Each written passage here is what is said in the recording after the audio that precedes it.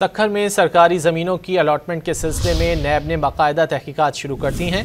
नैब गैर कानूनी तौर पर सरकारी ज़मीन की गैर सरकारी अफराद को मुंतकली और रेवेन्यू रिकॉर्ड में जालसाजी की तहकीकात कर रहा है। सक्खर में सरकारी ज़मीनों के अलॉटमेंट का ये मामला है। नैब ने अलॉटमेंट में बेकायदगियों की तहकीकात शुरू कर दी हैं। बोर्ड ऑफ रेवेन्यू के अफसरान रिकॉर्ड समेत 30 जुलाई को तलब कर लिए गए हैं। ताउन न करने का मकसद तहकीकात में रुकावट होगा, नैब की जानिब से ये कहा गया है। सक्खर में सरकारी ज़मीनों की अलॉटमेंट के सिलसिले में नैब ने बाकायदा तहकीकात शुरू कर दी हैं। नैब गैर कानूनी तौर पर सरकारी ज़मीन की गैर सरकारी अफराद को मुंतकली और रेवेन्यू रिकॉर्ड में जालसाजी की तहकीकात कर रहा है।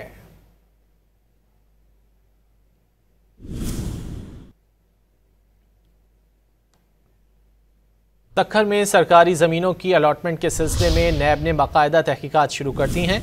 नैब गैर कानूनी तौर पर सरकारी ज़मीन की गैर सरकारी अफराद को मुंतकली और रेवेन्यू रिकॉर्ड में जालसाजी की तहकीकात कर रहा है। सक्खर में सरकारी ज़मीनों के अलॉटमेंट का ये मामला है। नैब ने अलॉटमेंट में बेकायदगियों की तहकीकात शुरू कर दी हैं। बोर्ड ऑफ रेवेन्यू के अफसरान रिकॉर्ड समेत 30 जुलाई को तलब कर लिए गए हैं। ताउन न करने का मकसद तहकीकात में रुकावट होगा, नैब की जानिब से ये कहा गया है। सक्खर में सरकारी ज़मीनों की अलॉटमेंट के सिलसिले में नैब ने बाकायदा तहकीकात शुरू कर दी हैं। नैब गैर कानूनी तौर पर सरकारी ज़मीन की गैर सरकारी अफराद को मुंतकली और रेवेन्यू रिकॉर्ड में जालसाजी की तहकीकात कर रहा है।